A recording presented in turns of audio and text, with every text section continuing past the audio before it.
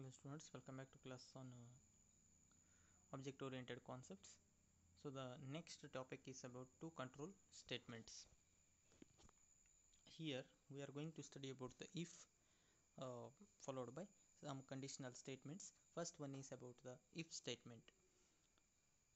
So if statement in Java, it works same as the if statement what you have studied earlier in with respect to C and C++. If is the keyword, it should be in small letters only. Okay, followed by condition to be mentioned. So if followed by condition to be mentioned inside the bracket, then afterwards statement to be mentioned. If it's a single statement, then no need of having the block, that is your parenthesis, open and flower closing flower brackets are not required. Otherwise, if it contains multiple statements in it, then obviously you need to have the include that inside the block. So open and closing bracket is parenthesis is required. Okay, this is what the syntax. So if of condition followed by a statement. Okay, in case of if it is statements, then obviously you need to have the open and closing flower bracket. Here you have to include the statements.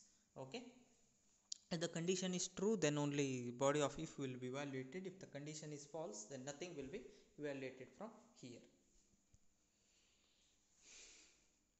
Here is an example. If num is less than 100, then you have to execute a statement. So system.out.println stands for printing this message, number is less than 100. That's it.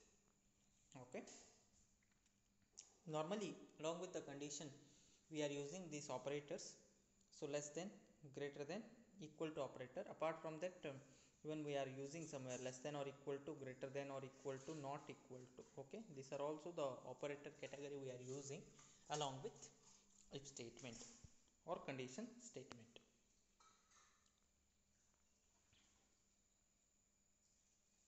So multiple examples are given. You can go through the other example also. It contains multiple if statements. Say x and y has got initial value of 10 and 20 respectively. First if statement which checks for the condition if x is less than y. Just substitute the value, you will come to know x is 10, y is 20. So 10 is less than 20, obviously condition will be true. So system.out.println x less than y will be printed. Then you are updating the value of x as x into 2. So 10 into initial value of 10, x is 10, so 10 into 2 will be 20. 20 will be stored with respect to x, so new value of x is 20.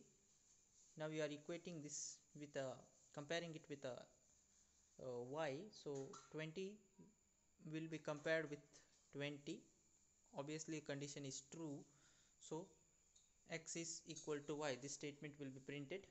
Now again x you are updating as x into 2. New value of x will be 10 into 2, that is 20 into 2, 40.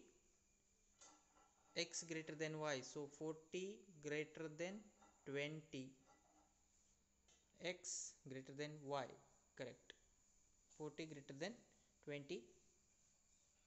This message will be printed.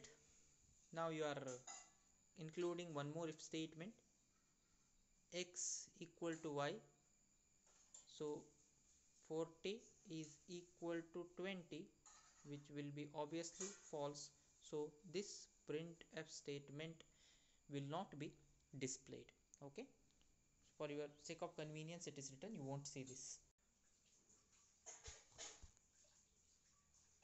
So here is the output of the program. These three statements are executed, whereas the fourth condition, this condition is false, so body of the function, I mean if statement, is not executed. Okay,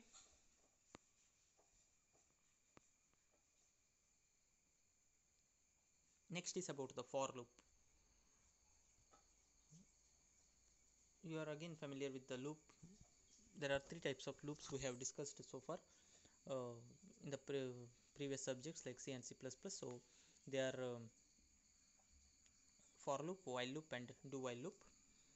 For loop, the syntax of for loop remains same, so whatever the programming it is, so like C++ or Java, since both are based on the object oriented concepts only. So there are three parameters to be mentioned as initialization, condition and post expression or iteration. So post expression can be normally either increment or decrement. Increment the existing value by specific period like 1 or 2 or any value, any chosen value, or it can be decrement also. Okay, in case of increment normally we use that if I is the iterator variable, then we use I plus plus in case of increment and I minus minus in case of decrement. Okay, followed by statement. So this is the syntax of the for loop. Okay, for there are three parameters to be mentioned: initialization, condition and post expression or iteration, followed by statement. If there are multiple statements included, then you need to have the flower bracket, open and closing parenthesis.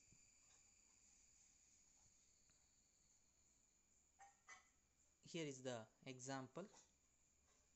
Okay, for x is 0, x less than 10, x plus plus, you can just write x plus plus, which is same as x equal to x plus 1.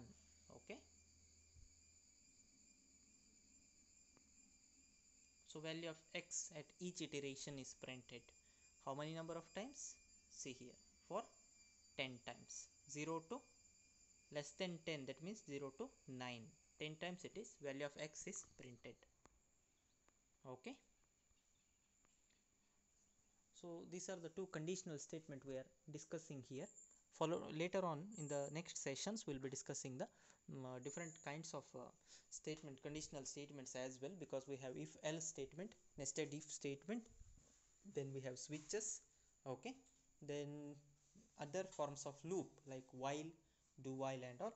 Okay, now this is what tells about the block of code. I told you just now, if there are multiple statements inside the if or inside a loop, then you need to consider the block. How to consider the block? Block is to be considered by mentioning the parenthesis, group of parentheses, open and closing brace. Okay,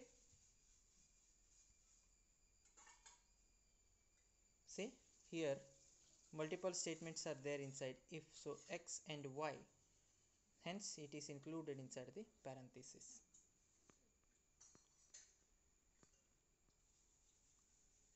Fine. Then next topic is about the lexical issue. The meaning of this is most commonly used operators or notations in Java. First one is white space. So white space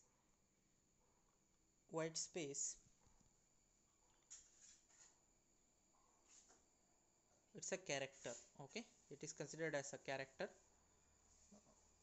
So it is not treated as a separator here. Separator is comma only. Okay, white space is normally used between the strings and all, just to separate two words and all, but here white space obviously it's a character, but you cannot use that as a separator. If you want to use the separator, then comma, semicolon, whatever such type of symbols you have to use as the separator. Then next is about identifier. Identifier is a kind of keyword. Okay, or it's a variable, so we call different kinds of things. So variable as identifier.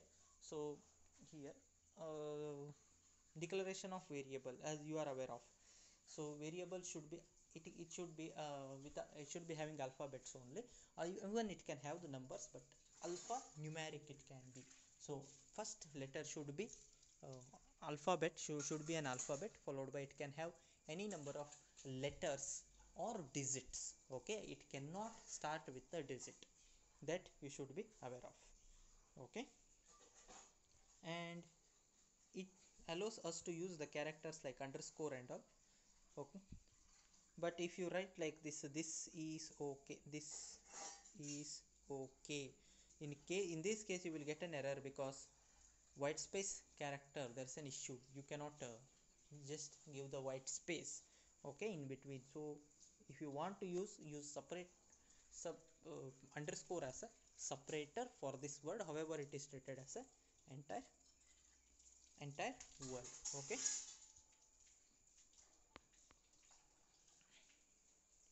so this is what invalid identifier is.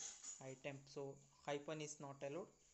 This type of symbol like slash and all, it is not allowed. Then next is about literal declaration of the value. So you know, integer declaration, float declaration, this is what character declaration is. So inside single quote any character to be mentioned, single character. This is string declaration, string should be included inside the double quote. Next, comment declaration. So declaration of comment, you can use double slash, this is restricted for a single line, or you can use the slash followed by asterisk, so you can extend it for the multiple lines as well.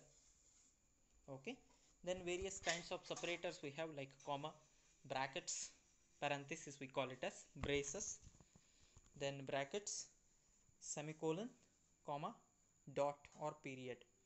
So parenthesis normally we use along with the function, right, as well as if statement, for loop, while loop, or generally you can say conditional statements and loops.